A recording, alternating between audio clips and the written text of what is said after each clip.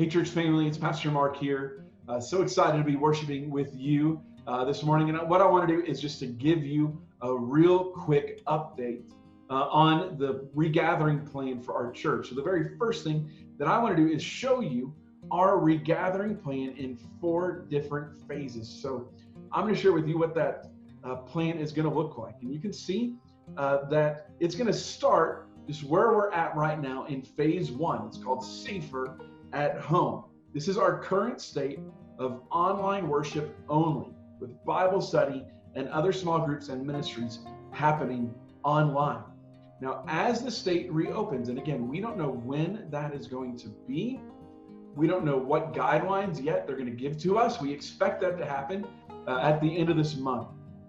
So at the end of May, we expect to hear from Governor Polis and our health officials and all that about when we can start to regather again. So there's no guarantee that that's June, that might be July, I don't know. And I don't want to be too optimistic or too pessimistic. I just want to give you the bare facts.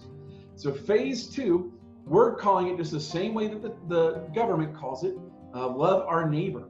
And the idea here is that we are regathering in the church building in multiple services in smaller groups per government guidelines.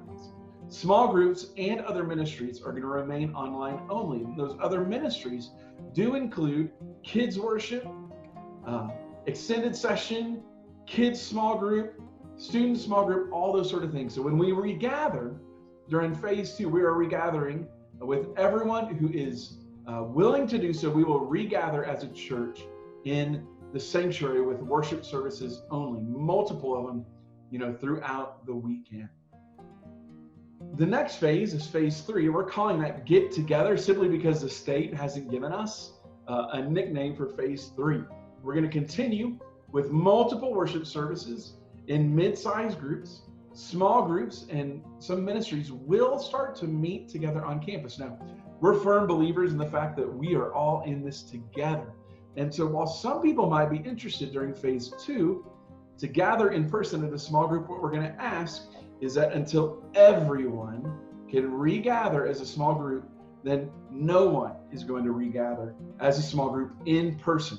So we're going to continue those Zoom groups and all that sort of fun stuff on Sunday mornings and throughout the week until everyone can regather in a small group. Throughout this whole process, if you are not comfortable, like you're in a vulnerable group, you are of a certain age, or just thinking about getting back together makes you nervous, what we're going to say is, we would love for you to stay home and participate online until you are ready to regather with us. No pressure except to participate online.